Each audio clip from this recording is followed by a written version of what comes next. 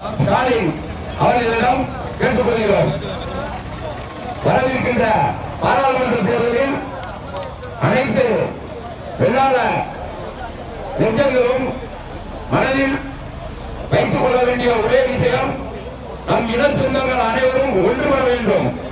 ஒன்றுபட்டு இந்த கண்டன ஆர்ப்பாட்டத்தை வெற்றி காட்ட வேண்டும் என்று பணிவான வணக்கங்களுடன் தெரிவித்துக் கொள்கிறோம்.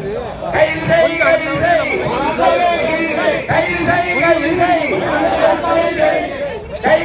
கைது செய். தமிழக அரசு, தமிழக அரசு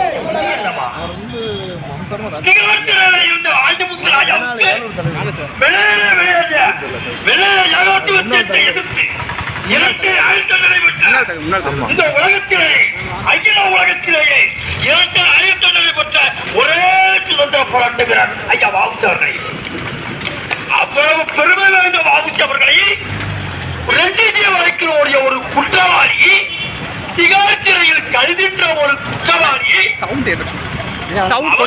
பேசினார் என்றால் இந்த வெள்ளாளர் சமுதாயம் ஏற்றுக்கொள்ளார்.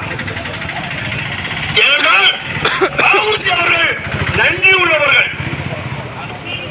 தனக்கு வழக்கறிஞர் உரிமம் அதன் அங்கீகாரத்தை ராஜேஸ்வரன் நினைவாக ராஜேஸ்வரன் தன் மகனுக்கு அந்த மாணவ நன்றி உள்ள ஒரு வாவுசி ஐயா அவர்களை, உனக்கு பதவி கொடுத்த ஒரு முன்னோடிகளை, உனக்கு பதவி கொடுத்த ஒரு முன்னோடிகளை நன்றி கொண்ட நன்றி கொண்ட நயவஞ்சமிக்க ஒரு நெஞ்சிய குற்றவாளி, ஒரு வெள்ளாளர் சமுதாயத்தினுடைய குறைவு நம்ம பையன் ஒருத்தன் யூடியூப் சேனல் வச்சிருக்கான்.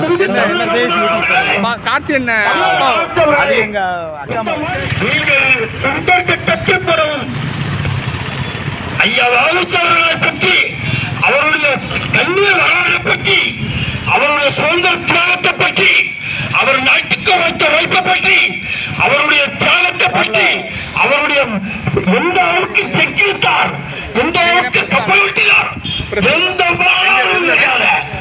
உனக்கு வரலாறே கிடையாது. ஆங்கிலத்து ராஜா, ஒரு வரலாற்று நாயனை பற்றி பேச உனக்கு என்ன தகுதி இருக்கிறது? ஒரு வரலாற்று நாயை பற்றி பேசுறதுக்கு ஒரு வரலாறே இல்லாத ஆங்கிலத்து ராஜா, ஒரு குற்றவாளி, ஒரு சிறை சென்ற குற்றவாளி வெள்ளாளர் சமுதாயத்தை ஏற்றுக்கொள்ள மாட்டார்.